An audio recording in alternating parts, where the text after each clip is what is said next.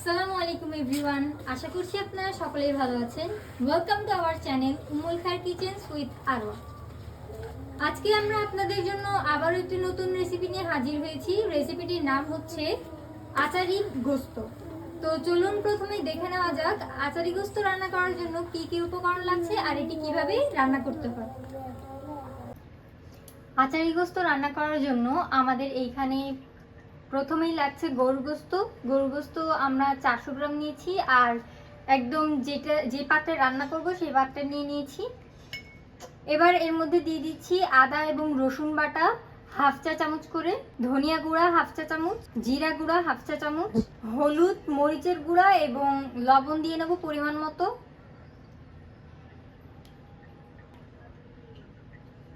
এবার দিয়ে নেব পানি পরিমাণ মতো।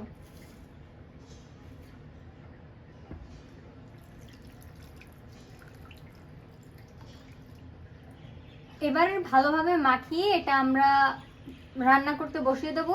আর পরবর্তীতে যে মশলা যখন আমরা দিয়ে দেবো তখন আমরা বলে দেবো যে কতটুকু মশলা দিয়ে নিয়েছি আর কি মশলা দিয়েছি। আমরা এবার চুলাতে বসিয়ে নিয়েছি, আর এটা ফুল সেদ্ধ হওয়া পর্যন্ত আমরা এটাকে ঢাকা দিয়ে নেব। আর ঢাকনাটি খুলে মাঝে মাঝে এটাকে ভালোভাবে নাড়িয়ে নেব।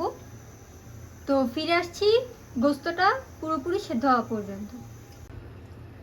আমাদের গোস্তটি ফুল সেদ্ধ হয়ে গিয়েছে এবং এর মধ্যে যে পানি ছিল ওই পানিটাও ফুল শুকিয়ে গিয়েছে, আপনারা নিশ্চয়ই দেখতেই পাচ্ছেন।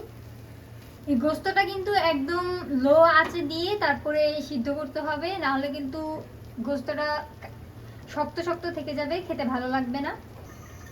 এবার আমরা পাত্রটি চেঞ্জ করে নিয়েছি, নিয়ে এর মধ্যে এবার আমরা সরিষার তেল দিয়ে নেব পরিমাণ মতো। এটা যেহেতু আচার তাই এটা সরিষার তেল দিয়ে করা লাগবে। সরষের তেলটি হালকা গরম হয়ে গেলে এবার এর মধ্যে আমরা কিছু আস্ত মশলা দিয়ে দেবো। দিয়ে নিচ্ছি তেজপাতা 2টি, এলাচ 4টি এবং দারুচিনি বড় 2 টুকরা।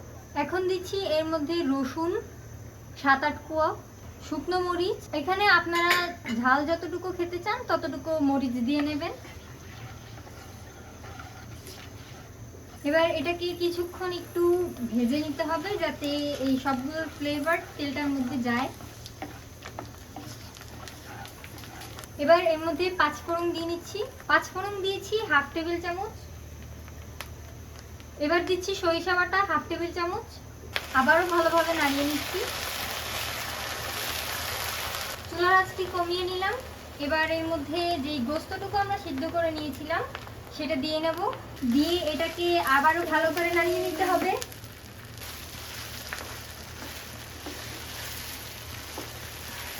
এখন গোস্তটাকে ভালো করে ভেজে নিতে হবে একটু।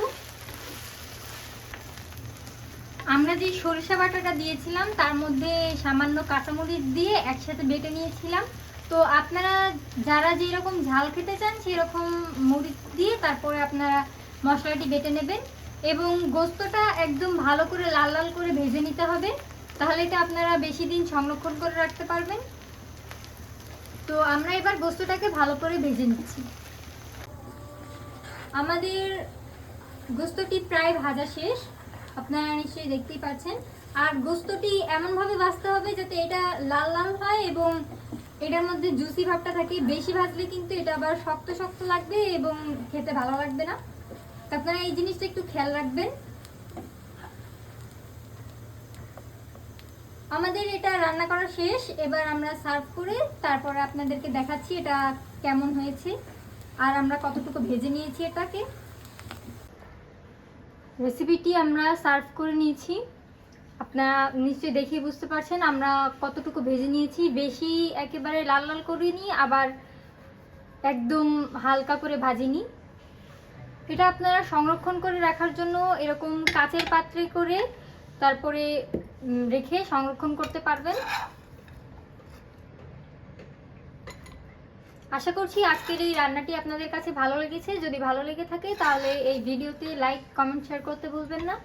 আমাদের একটি ফেসবুক পেজ আছে, আশা করছি সেটাতে লাইক এবং ফলো দিয়ে আমাদের পাশেই থাকবেন। ফেসবুক পেজের লিংক নিচে ডেসক্রিপশন বক্সে দেওয়া থাকবে।